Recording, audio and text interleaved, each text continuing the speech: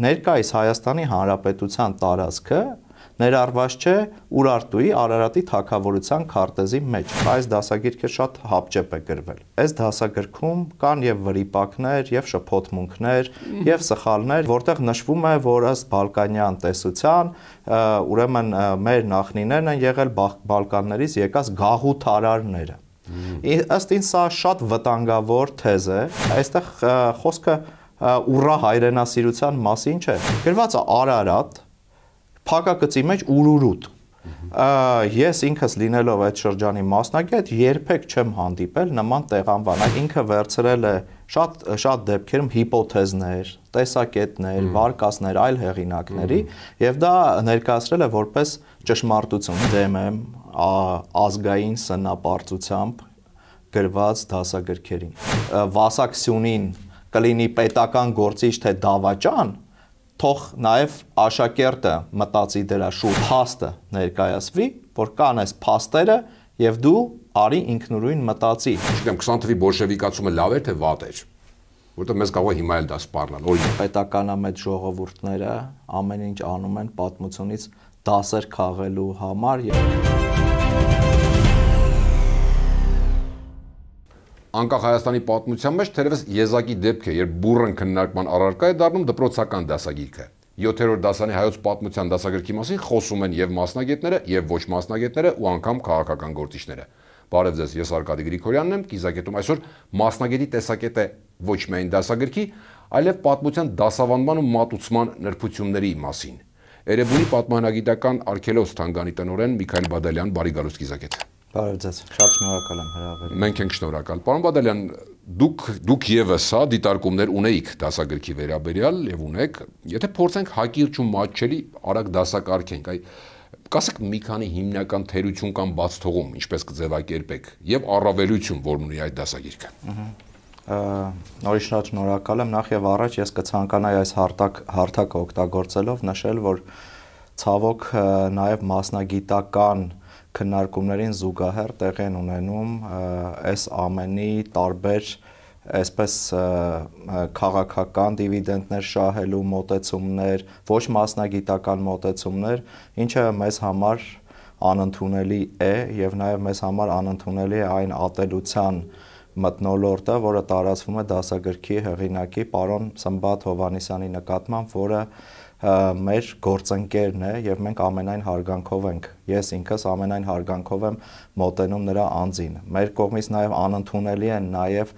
այսպես կոչված Սմբատ Հովհաննիսյանի կողմնակիցների կողմից արված այն մոտեցումները, թե իբր այս ամենը դիտարկում են մի համատեքստում եւ իբր արշավ է սկսվել պետության դեմ, պետականության դեմ եւ այլն, պետք է թացը չորից չխառնել եւ կարծում եմ, որ շատ կարեւոր է լսել մասնագետներին, ովքեր անաչառ կերպով փորձում են իրենց կարծիքը արտահայտել եւ որը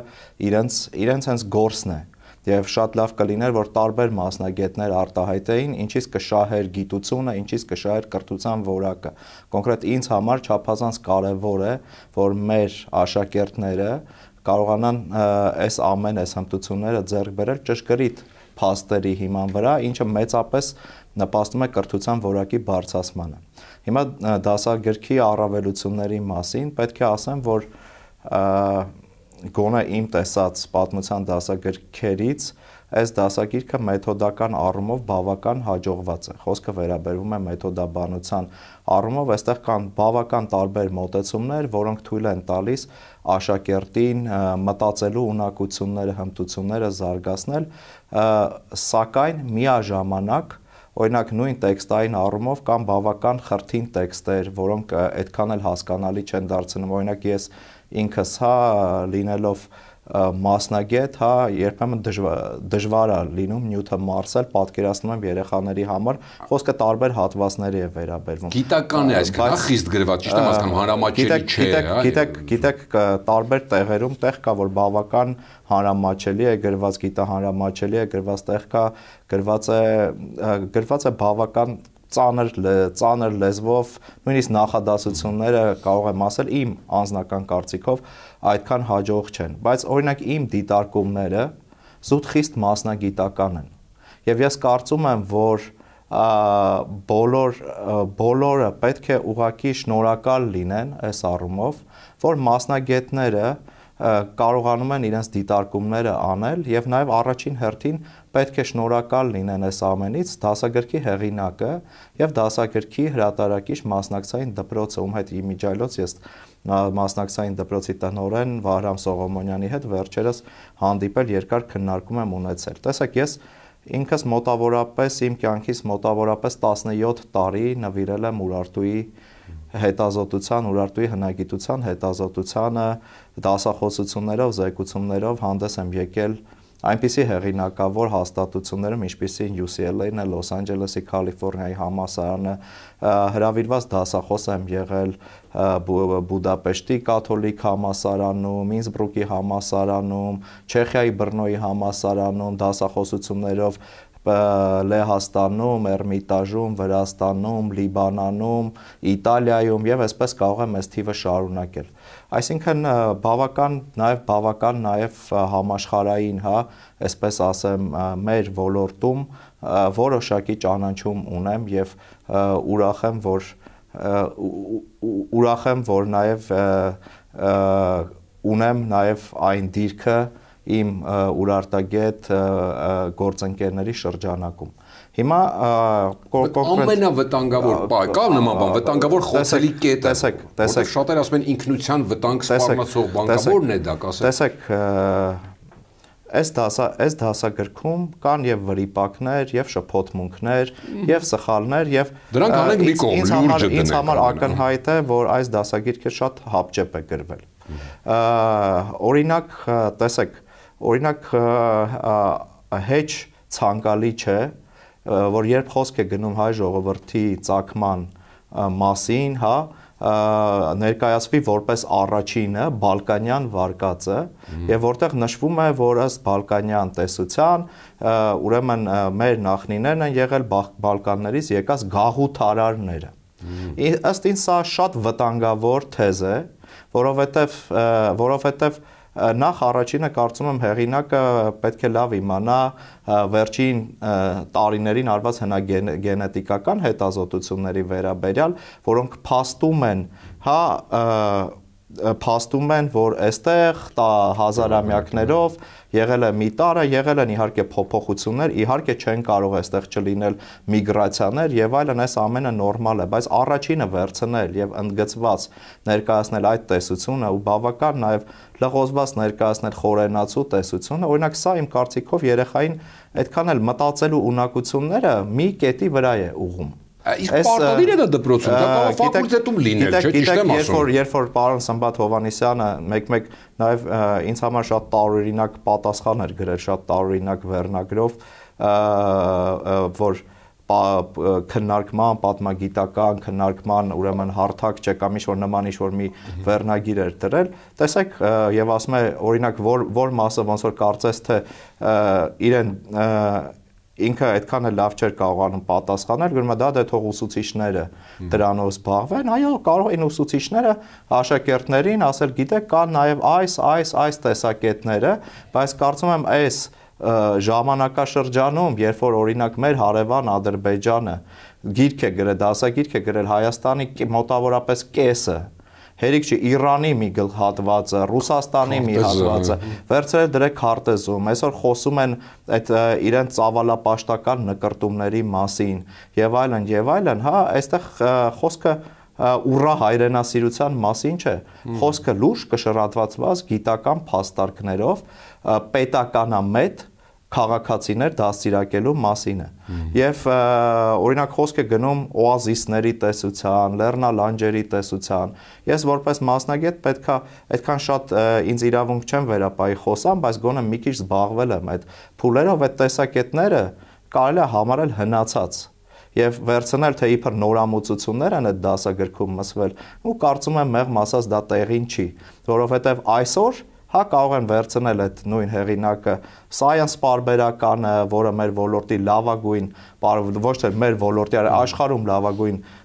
ուրեմն հարթակներից մեկն է եւ տեսնել թե ինչ նոր տեսակետներ կան նույն հնդեվրոպացիների, գաղթերի, տեղաշարժերի վերաբերյալ, բայց սակայն ես ուզում եմ կենտրոնանալ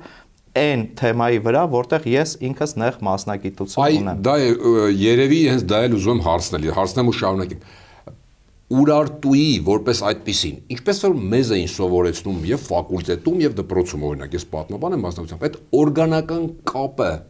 հայկական հետագա դինաստիաների, հայոց պետականության հետ այստեղ կա, պահպանվել է, դա կոնցեպտուալ է մեր գիտական մոտեցումը, կա թե ոչ, այդ առումով դիտարկում է, դա նկատի ունեիք։ Ահա, տեսեք, Ուրարտուի կապը կարծես թե փորձ է արվում տալ տեքստում։ Սակայն գիտեք, որ շատ-շատերի համար առաջնայինը տեսողական հիշողությունը եւ իմ կարծիքով նույն ուսուցիչները, աշակերտները առաջինը նայելու են քարտեզներին կամ պատկերային նյութերին։ Հիմա երբ որ մենք նայում ենք Ուրարտուի քարտեզին, այդ քարտեզում,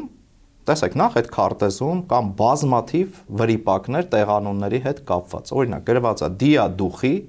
որը դիաուխին է եւ որը լրիվ սխալ տեղ է դրված իր տեղորոշումը։ Դիաուխին պետք է լինի Կարինի տարածաշրջանում։ Գրած է Կոլխիդա։ Այդ ժամանակ Կոլխիդա չկար։ Եվ Սարդուրի երկրորդի արձանագրություններում հիշատակվում է Կուլխա, հա, երկիրը։ Գրած է օրինակ Ուրմե Քուինի կամ ինչ-որ նման բան, որ նման տեղանուն ուրարտական սեպագիր աղբյուրներում չկա։ Գրված է Արարատ, փակագծի մեջ Ուրուրուտ։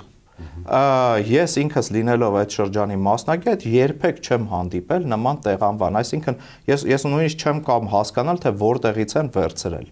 Ինչ որ ճակատամարտերի նշաններ են դրված։ Օրինակ, միտը գրված է, եթե չեմ սխալվում, Սևանա լիճ, Ուրմյա լիճ, Տուշպա ծով։ Որտեղից վերցրեց, որ Տուշպա ծով էր Ուրարտուում, կամ մի ուղիղ սկզբնաղբյուր, թե ոչ, բայց ամենա այստեղ մեզ համար վտանգավոր երևույթը այն է, որ ներկայիս Հայաստանի Հանրապետության տարածքը ներառված չէ Ուրարտուի Արարատի թագավորության քարտեզի մեջ։ Այսինքն, տեսեք, Արաքս գետով, ընդ որում Նախիջևանը կա, Թուրքիայի տարածքը կա, Իրանի մասը, որը պետք է լիներ Ուրարտուում, այդ հատվածը գլխավորապես չկա, եւ ներկայիս Հայաստանի Հանրապետությունը չկա։ Չեն ուղղել դա։ Եվ մենք եւ այնտեղ գրված է 743-ից 700 թվականների քարտեզը։ Եվ երբ որ ես գրեցին, որ եղել է շփոթմունք եւ դրվել է Իշպույինի թագավորի, պետք է լիներ Իշպույինի թագավորի քարտեզը եւ կներեք, ես եմ մեղավոր, որ շփոթմունք է եղել։ Շփոթմունք է եղել ուղղեք, լավ, ենթադրենք Իշպույինի ժամանակվա քարտեզն է եղել։ Հարց է առաջանում, ինչու ենք դնում Իշպույինի քարտեզը եւ ինչու ենք Հայաստանը տարանջատում ուրարտական կայսրությունից Եվ որ հարևանները հորինում են երբ որ դնենք մի կողմ այդ հորինել եւ այլն, հա, զուտ գիտական, ես զուտ գիտնական որպես խոսում եմ, հա, երբ որ կարելի էր այնտեղ տեղադրել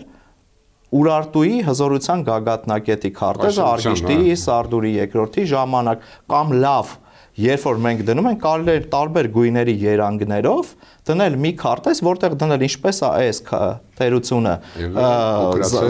մեծացել, ընդլայնվել, դարձել կայսրություն, ինչպես է փոքրացել, հա, եւ այլն։ Այսինքն սա ինձ համար բավական տարօրինակ է։ Եվ նույնիսկ երբ որ դնում են, խոսում են Իշպույինի ժամանակաշրջանի մասին, Իշպույինի քարտեզը չէր կարող կամ նույնիսկ ասում են Իշպույինի եւ Մենուայի Իշպույինի եւ Մենուայի քարտեզը նման տեսք չի կարող ունենալ, ուղղակի չէր կարող ունենալ եւ առնվազն Ուրմյա լճի հա գոնե արևմտյան ավազանը պետքա ներառնված այնտեղ լիներ եւ երբ որ Վանա լճից արևմուտք, Քարավ արևմուտք ընկած տարածքները ներառվել, թող պարոն Սմբատ Հովանիսյանը բերի ինձ որոշ փաստարկներ, որ դրանք Իշպույինի ժամանակ կամ Իշպույինի Մենուայի ժամանակ, հա, այսպես ասած մտել են տերության կազմի մեջ։ Հիմա դուք այդ դիտարկումներից հետո հետևել եք այդ այսպես ընդունենք, որ շփոթմունք էր։ Ուղղել են թե դեռ մնացել այդպես։ Ոչ, չեն ուղղել։ Ես ասում եմ, որ տեսեք, խնդիրը նաև դրա մեջ չի։ Խնդիրը նաև նրա մեջ է, որ օրինակ Ուրարտուի առումով կամ բազմաթիվ ոչ ստույգ տեղեկություններ։ Եվ ցավոք սրտի մեր հարգարժան հեղինակը նաև ինքը վերցրել է շատ դեպքերում հիպոթեզներ, տեսակետներ, վարկածներ այլ հեղինակների եւ դա ներկայացրել է որպես ճշմարտություն։ Հիմա պատկերացրեք ինչքանով արդար եւ օբյեկտիվ կլինի, եթե օրինակ ես գրեի Urartun եւ ես ունեմ իմ տեսակետները եւ իմ տեսակետները վերցնեմ ու հրամցնեմ այդ դասագրքի մեջ։ Սա շատ վատ մոտեցում է։ Կրթության նախարարը ասում որ չենք փոխելու սրբագրումներ չի արվելու ընդհանուր մոտեցում է, քանի որ դա, ասում է, կրթական բարեփոխումների առանցքն է։ Սա նշանակում է արդյոք որ բոլոր դիտարկումները այդում ձեր հաշվի չեն առնվելու։ Ես որքան տեղյակ եմ տիկին նախարարի ուրեմն խոսքից, այնտեղ ասվեց, որ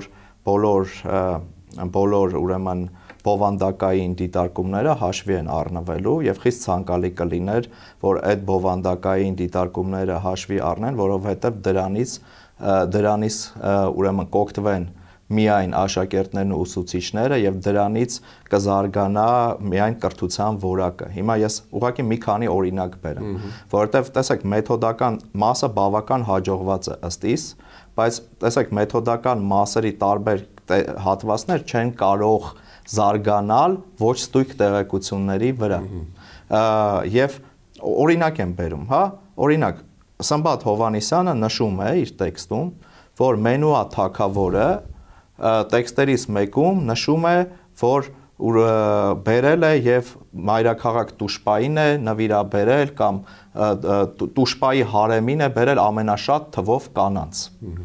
Բառացի կարող է ինչ որ մի բառ ենկոմ չասեմ, բայց կարող եք վերցնել նայել։ Հիմա տեսեք, ու հեղինակը մի հատ էլ պատասխան է գրել իմ այդ դիտարկմանը, ինչումն է մեր գործընկեր Հայաստանի եւ աշխարհի լավագույն ուրարտագետներից մեկը պարոն Երվանդ Գրեկյանը գրել է հոդված, որտեղ նաեւ նշել է Urartu-ում հնարավոր հարեմ բառի հնարավոր ուրեմն գոյության մասին եւ գրում է, որ կա մի տեքստ Մենուա արքային վերաբերող, որտեղ կարող է հիշատակվել ուրարտերեն հարեմ բառը կարող է, սակայն տեքստը թերի է, ուստի այս տեսակետը չի կարող լրիվ ամբողջական համոզիչ լինել, սակայն եթե դա այդպես է, իր ճիշտ է այդ ստուգաբանությունը, ապա դա կարող է վկայել Urarterենում հարեմ բառի ուրեմն հիշատակության եւ հարեմի հիշատակության մասին։ Այսինքն, բայց մի րոպե կներեք, սա տեսեք կասկածով, մեր գիտական եւ այլն նշված, որը բավական հետաքրքիր տեսակետ է։ Սակայն Սմբատ Հովհաննիսյանը գրում է ուրիշ բան, նա վերցնում է դա եւ ներկայացնում է որպես բացարձակ ճշմարտություն, ընդ որում իր կողմից հորինում է, կներեք, որ ամենաշատ թվով կանայք է բերել եւ տվել նվիրել Տուշպայի հարեմին։ Այսինքն սա ինքը խեղաթյուրել է ենթադրությունը, նույնիսկ ենթադրությունը խեղաթյուրել է։ Իսկ այս դասագրքում, եթե տեղ են գտնում ենթադրություն, եթե օրինակ Սմբատ Հովհաննիսյանը գրեր, որ կա նման վարկած եւ այլն, որ հավանաբար, չգիտեմ, եւ այլն, բայց օրինակ ինձ համար շատ անհասկանալի է, ինչ է այդ տողերը գրել, օրինակ որ նույն այդ տողերի փոխարեն կարելի էր գրել մհերի դրան մասին, որից մեկ տող, հա, չկա, որը Urartu-ի կրոնի համար առանցքային նշանակություն ուներ։ Կամ բերեմ մի հատ ուրիշ օրինակ, շատ կարող եմ բերել, ուղղակի նաև տեղին չեմ համարում, բայց եթե Սմբատ Հովհաննիսյանը շատ է ուզում, ես իրեն հրավիրում եմ այս հարթակ, ուրիշ հարթակներ, իր ուզած հարթակներ, ուղիղ եթերում, նույն Urartu-ի մասին, իր դիտարկումների մասին, գիտական առողջ բանավեճի եւ շատ կուզեմ տեսնեմ ինչպես է ինքը պատասխանելու այդ իր դիտարկումներին։ Օրինակ ասում է, ես դիտարկում եմ գրել, որ Տուշպա մայրաքաղաքը ունի ավելի վաղ հիշատակություն, քան ընդունված էր կարծել։ Եվ Սմբատ Հովհաննիսյանը գրում է, այո, ես գիտեմ դրա մասին, ես ծանոթ եմ այդ հոդվածին, եւ ինքը մի ենթավեռնագիր է այնտեղ նշել մայրաքաղաք Տուշպայի կառուցման կամ հիմնադրման մասին, բայց ես նշել եմ, որ Սարդուրին մայրաքաղաք է կառուցել, Տուշպա մայրաքաղաքն է կառուցել, ես չեմ նշել, որ Տուշպան չկար, ես նշել եմ, որ Տուշպա մայրաքաղաք է կառուցել։ Հիմա ես ասում եմ, որպես ուրարտագետ, չկա որևէ ուղիղ սկզբնաղբյուր, խոսքը տարբեր գիտնականներ ինչ ասես կարող են գրել։ Խոսքը վերաբերվում է ուղիղ սկզբնաղբյուրի մասին, որ Սարդուրի առաջինը կառուցել է Տուշպա մայրաքաղաքը։ Նման սկզբնաղբյուր չկա։ Սարդուրի նույնանման տեքստերում, որը նա թողել է Վանաբերդի լանջին, հիշատակվում է իր տիտղոսաշարը, եւ որ նա քարեր է բերել Ալնիունի երկրից, եւ կառուցել են մի կառույց, որի նշանակությունը նույնիսկ այսօր վիճարկվում է ուրարտագիտության մեջ։ Այսինքն վերցնել կրկին էլի ձևա փոխել, խեղաթյուրել, հա կներեք, հա ճակերտների մեջ ասեմ, խեղաթյուրել, որովհետև չի կարելի նման բան անել։ Այսինքն նա վերցնում է եւ ստեղծում է մի ամբողջ տեսություն դրանից։ Ու նաեւ ինձ ասում են, որ բա նախկին գրքերը, նախկին ամեն ինչ նախկին։ Կներեք ասում են նախկին գրքերը գրված են բավական դոգմատիկ, նախարին նորից մեջ բերեմ, ասում են որ պատմությունը հուրրա հայրենասիրություն ու պաթոս չէ եւ ինքը եւ հեղինակը ասում են որ պնդում են որ պատմություն առարկայի դասավանդման հիմնական նպատակը պատմական մտածողության ձևավորումն է։ Միգուցե դա են ուզում անել պատմական մտածողություն ձևավորել։ Տեսեք հարգելի Արկադի, ես ինքս դեմ եմ ազգային սնապարծությամբ գրված դասագրքերին։ Փորձը ժամանակը ցույց է տվել, որ դա մեզ ոչ մի լավ տեղ չի տանելու։ Եվ ցավոք սրտի նաև այս ամենին զուգահեռ ակտիվանում են նաև մարդիկ ճակերտների մեջ ասած մասնագետներ, ովքեր փորձում են այդ ոգով իրենց տեսակետները անել։ Մյուս ծայրահեղությունը նկատում։ Սա խոսքը մյուս ծայրահեղությունն է, որ Ադամը հայ է, Աստված դրախտում ստեղծվում է, չգիտեմ, ամեն ինչի կենտրոնը Հայաստանն է եւ այլն։ Մենք ունենք հզոր հարուստ ժառանգություն, մենք քաղաքակրթությունների բնորաններից մեկն ենք եւ մեկ նույնիսկ այդ մարդիկ, ասենք անգամ չեն տարբերակում նախամարդ եւ մարդ հասկացողություններ, ասենք ոնց ա եղել որ գրել են Աֆրիկայից են եկել եւ այլն բան, այս ծայրահեղությունները շատ վտանգավոր են։ Եվ այո, այդ նախ պետքա մենք եւ այո նման ոճի ազգային սնապարտությամբ գրված տեքստերը մեզ ոչ մի լավ տեղ չեն տանելու։ Պատկերացրեք ոնց որ ձեզ օրինակ բերեմ, հետո անցնեմ ձեր մյուս դիտարկմանը։ Պատկերացրեք մենք իրար հետ տաքսի ենք նստած, հա, ես տաքսիստն եմ, դուք հաճախորդն եք, եւ ես ձեզ տանում եմ դեպի ինչ որ մի հատ անցյալ, եւ ուզում եմ ես հորինել եմ մի հատ անցյալ եւ պատմում եմ ես Մոսկվայում բիզնեսներ ունեմ, գիտես, ես էս ունեի, ես այն ունեի, բայց ես այսօր տաքսիստ եմ։ Եվ եթե դուք սկսում եք լսել ինձ, նա ուրախանում է որ սկսում ես իրեն լսել, երկուսը սկսում ենք նայել իրար, տարվել այդ մտածածին անցյալով ու չենք կենտրոնանում մեր ներկայի վրա եւ մեր ապագայի վրա եւ եթե քանի որ չենք կենտրոնանում լինելու է բախում, ավտոկատաստրոֆա, հա, կատաստրոֆա դրա առումով։ Այսինքն նաեւ այն մոտեցումները, որ նաեւ ցավոք սրտի մեր որոշ հայրենակիցներ ստեղծում են մտածածին անցյալի միֆեր, ու մեզ փորձում են այդ անցյալում ապրեսնել ու դարձնել դրա գերին, իմ կողմից անընդունելի են։ Իմ կողմից այո անընդունելի են նաեւ նախկին դասագրքերում, նաեւ մեր նման մոտեցումները։ Ես գիտնական եմ եւ պետքա հնարավորինս օբյեկտիվ լինեմ։ Այո, պատմական մտածողությունը շատ կարեւոր է։ Իմ համար այդքան շատ կարեւոր չի, որ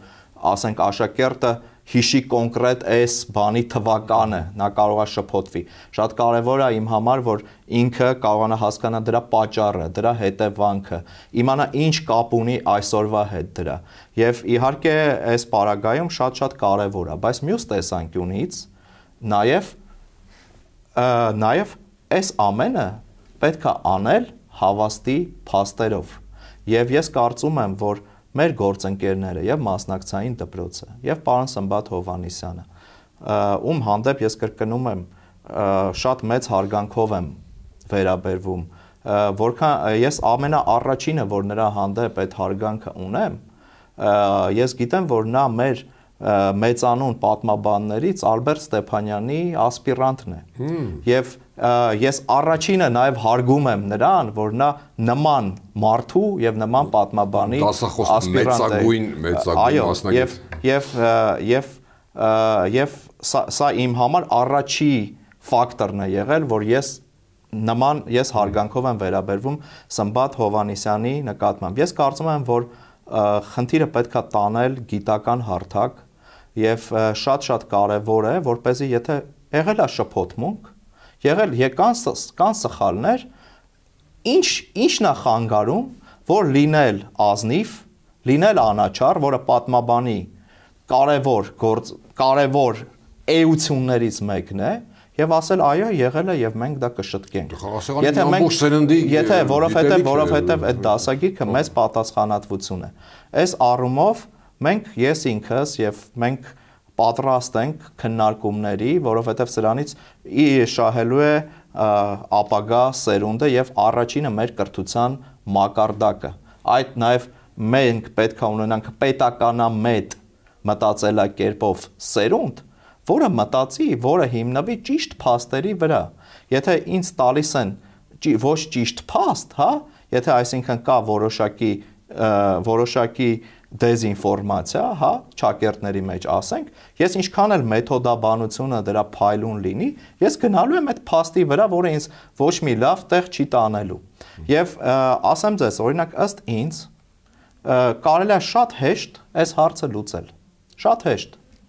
Հա, որովհետև ես օրինակ շատ լավ հասկանում եմ, որ 40,000 դասագիրք է գրվել եւ տպագրության խնդիրները, ժամանակի, բայց օրինակ կարելի է ստեղծել մի հատ առանց որևէ գումար ծախսելու, կարելի է ստեղծել մի հատ էլեկտրոնային հարթակ, մի հատ էլեկտրոնային ուղեցույց, որտեղ մատնանշվեն այդ շփոթմունքները, այդ վրիպումները, դրնեն ճիշտ քարտեզները, հա։ Ես գիտեմ, որ նաև այլ հատվածներից կան բաներ, հա, այլ քարտեզները բավական խնդիր են այստեղ։ Ու այդ ուղենիշով ուսուցիչներին, աշակերտներին ասել միջև նոր հրատարակչության, նոր դասագրքի հրատարակելը դուք կարող եք առաջնորդվել սրանով որպես հիմք ընդունել, այս էջերում սա որպես հիմք ընդունել, սա կարծում եմ բավական օպտիմալ լուծում կարող է լինել առանց որևէ գումար ծախսելու։ Պարոն Բադարյան, մի հարց էլ է։ Տեսեք, Հայաստանում կար 90-ականներին հիշում եմ, հիմա կրկին վերջի տարիներին ակտիվացել է պայքարը մի տեսակ, այսպես կոչենք, պատմության դոգմատիկ դասավանդման կողմնակիցների եւ այսպես կոչված քննադատական մոտեցման կողմնակիցների միջև ինչպես անել, որ դուք ինձ հասկացաք, որ դպրոցում ու բուհում այդ չխախտվի, օրինակ այս կամ այն դրվագին, մեր արքային կամ հերոսի քննադատական մոտեցման եւ պատմության վերանայման այդ նուրբ սահմանը, որպեսզի քննադատական մոտեցումը չդառնա պատմության վերանայում։ Շատ լավ։ Ես կարծում եմ, որ այս առումով շատ կարևոր է, որպեսզի սովորողը հիմնվի փաստերի վրա, ստուգված փաստերի վրա, ոչ թե այս կամ այն հիպոթեզի վրա, որը կարող է մի քանի տարի հետո մի հատ ուրիշ հոդվածով փոխվել։ Սա շատ կարևոր է, այսինքն մեր համար կարևոր է ոչ թե դնել ենթադրություն, դրանից բխեցնել ուրիշ ենթադրություն եւ դա հրամցնել որպես փաստ, այլ փաստը դնել եւ փաստը այնպես մատուցել, որպեսզի սովորողը սկսի մտածել դրա շուրջ։ Արդեն նրա համար Վասակ Սյունին կլինի պետական գործիչ թե դավաճան, թող նաև աշակերտը մտածի դրա շուրջ, ինքնուրույն մտածելակերպ ձևավորի։ Կամ ասենք պապ թագավորը, վիճելի անձանց մասին ենք խոսում։ Պապ թագավորը, որովհետև մենք կարող ենք տարբեր դպրոցների նայել եւ տարբեր դպրոցներում, հա, այդ թեման տարբեր կերպ մատուցվի։ Այսինքն նաև շատ կարևոր է, որ փաստը ներկայացվի, որ կան այս փաստերը եւ դու արի ինքնուրույն մտածի, որովհետեւ գիտեք ինչ, կարող է այնտեղ նաեւ այդ դպրոցում ապագա մի հատ շատ հզոր պատմաբանը կամ հնագետն է մեծանում եւ դուք պատկերացրեք ոչ ճիշտ փաստի հրամցնելը ինչպես կարող է ազդել նրա պատմական մտածելակերպի վրա։ Ոչ, ապագա վարչապետը կարող է մեծան, որ ավելի վտանգավոր։ Մեր եւ նաեւ տեսեք, վաղը մյուս օր այդ երեխեքը կարող են գնալ օլիմպիադաների եւ իրանց մեր ոչ հարևան երկրից, օրինակ խոսան, ասեն, գիտեք Երևանին, չգիտեմ, Ուրարտուն, մյուս, ասեն, դուք կապ չունեք դրա հետ։ Ասեն, ինչպես, ասեն, հեսա ձեր դասագրքերը։ Չէ՞ որ այդ դասագրքերի նրանք էլ են տեղյակ, հեսա ձեր դասագրքերը, նայեք, ձեր դասագրքում Ուրարտուն չկա։ Մեր նաև հեղինակ ասում է, մենք փորձում ենք Էթիունին ընդգծել, շատ կներեք, ես ինքը շատ եմ զբաղվել Էթիունիով եւ շատ լավ է, որ պետք է ընդգծել Էթիունին, բայց այդ մի փուլում Էթիունի մի մասը ուրարտական կայսրության մեջ էր եւ շատ լավ կլիներ, որպեսզի մեր հեղինակը նաեւ խորհրդակցեր որոշ մասնագետների հետ, պարտադիր չի ինձ հետ Հայաստանում կան շատ հեղինակավոր այլ ուրարտագետներ, մասնագետներ եւ այլն, եւ փորձեր ցույց տալ, թե ինչպես է լինում, որ մի փուլում Ուրարտուն եւ Էթիունից սկսում են համադրվել, սկսում են սինկրետացվել եւ դա ինչպես է ազդում հետագայում Երևանդունիների արքայատոհմի եւ Երևանյան Հայաստանի ստեղծմանը։ Այս օրինակ շատ ես ուրախ կլինեի, որ մեր հեղինակը այս ամենը դներ, մենք կարող ենք իր համար օրինակ, եթե շատ է ուզում, մասնագիտական խորհրդատվություն տալ եւ ես օրինակ չէի խորշի, եթե օրինակ գրեի անալների դպրոցի մասին, չնայած ինձ իրավունք չէի վերապահի դրա մասին գրել, բայց եթե գրեի, չէի խորշի հարցնել պարոն Սմբատ Հովհաննիսյանին, որովհետև նա Հայաստանում դրա լավագույն մասնագետներից մեկն է։ Մենք իրար թշնամի չենք։ Մենք պետքա պայքարենք կրթության որակի մասին։ Մենք պետքա իրար հետ լինենք։ Եվ կարծում եմ, որ պետքա չխուսափել պատասխանատվությունից։ Եթե ես չասեի, ինձ մեկ-մեկ ասում են ինչի գրեցիր, ինչի ասեցիր։ Ցավոք սրտի նաև կան նաև մեր այսպես ասած գործընկերներ, որ ասում են դե գիտես դա Facebook-յան հարթակ չէր։ Ես շատ կուզեմ օրինակ լսել այդ ոչ Facebook-յան հարթակներում մեր նաև գործընկերների խոսքերը կամ նաև ցավոք սրտի շատ վտանգավոր մի մեկնաբանություն տեսա, որ գրում են դուք դեմ եք պետությանը։ Մենք կողմ ենք պետությանը։ Մենք անում ենք պետականամետ գործունեություն։ Այսօր Էրեբունի թանգարանը հասել է այն աստիճանի, որ համագործակցում է Լուվրի, բրիտանական թանգարանի, Էրմիտաժի, ել չեմ ասում այլ հաստատությունների հետ, եւ մեր թանգարանի օրինակ կարևորագույն կոմպոնենտներից մեկն է կրթությունը։ Հա, տարբեր այլընտրանքային միջոցներով կրթությունը ստույգ, շատ տարբեր միջոցներով այնպեսի կրթությունը, որից նաև մարդը կարողանա նաև որոշակի նաև իրեն հաճելի լինի այդ կրթությունը։ Իմ ասածը այն է, հարգարժան Արկադի, որ մենք իրար թշնամի չենք, որ մենք պետքա չխուսափենք։ Օրինակ, եթե նույն Սմբատը, նույն մասնակցային դպրոցը, Սմբատ Հովհաննիսյանը, օքեյ, եղել են խնդիրներ, կան բաներ, ոչ թե փորձենք արդարանալ, այլ փորձենք ընդունել, որ այո, հիմա իրանք ասում են Ուրարտուում կար վրիպակ, չէ՞։ Կա վրիպակ, ուղղեք այդ վրիպակը։ Կա շփոթմունք, ուղղեք այդ շփոթմունքները, բազմաթիվ շփոթմունքներ կան, եւ պետք չի դրանից փորձել արդարանալ։ Պետք է ընդունել դա եւ պետք է անել դիսկուրս, քննարկում եւ ընդհանրապես ասեմ, եթե մենք շատ խելամիտ լինենք, այս ամենը կարելի է օգտագործել մեր գիտական համայնքի միավորման, ոչ թե բաժանման կամ իրար քննադատման համար։ Եկեք ծայրությամբ եզրափակենք մի թեմային ոչ այն շատ չառնչվող, բայց կարևոր իմ կարծիքով հարցով։ Շատ ծեծված թեմա է ու չարչրկված հիմա էլի քաղաքական ուժերն են կիրառում։ Պատմությունից դասեր քաղել է տերմինը։ Այո, մեր դպրոցական օրինակ դասավանդումը բերում է դրան, օգնում է այդ պրագմատիկ դասեր քաղելուն, եթե իհարկե պետք է դասեր քաղել, օրինակ, որտեղ մարդիկ ունեք զուգահեռ ընտանում այսօրվա Հայաստանի ու 100 տարի առաջվա Հայաստանի միջև, չէ, ասում են հարևանները նույնն են, աշխարհի այդ գերտերությունները նույնն են։ Ուզում ասել, կա այդ մեր դասագրքերում, մեր մատուցման ոճում այդ դասեր քաղելու, քաղաքացուն այդպես պատրաստելու այդ մոտեցումը, կա թե ոչ, օրինակ մարդը հասկանա, չգիտեմ, 20 թվի բոլշևիկացումը լավ էր թե վատ էր։ Որտեղ մեզ կարող է հիմա էլ դա սպառնալ, օրինակ եմ ասում։ Այսպես ասեմ, պետականամետ ժողովուրդները ամեն ինչ անում են պատմությունից դասեր քաղելու համար եւ իրենց գործած սխալները չկրկնելու համար, պատմությունը ինքը հաճախ նաեւ այսպես այս կամ այն կերպ կրկնվելու հատկություններ ունի։ Ուղեցույց է նաեւ ինչ-որ իմաստով։ Իհարկե, ուղեցույց է եւ պատմությունը նաեւ քեզ թույլ է տալիս նաեւ կանխատեսել, այսինքն օրինակ այսօրվա իրավիճակը, հա, այն ինչ որ այսօր կա, ես այդ շրջանի մասնագետ չեմ, բայց գոնե ինձ համար ակնհայտ է, որ շատ զուգահեռներ կարելի է տանել 1918-ից այդ 21-22 թվականներում ինչ որ եղավ այս ամենի հետ։ Օրինակ մեր գլխավոր հարցերից մեկը պետք է այն լինի, հա, տարբեր հարց ինչու, ինչպես, ով, երբ, հա, տեսեք, օրինակ մեր գլխավոր հարցերից մեկը այն պետք է լինի, որ մենք ինչու այնպես եղավ, հա, մենք ունեինք Ուրարտու,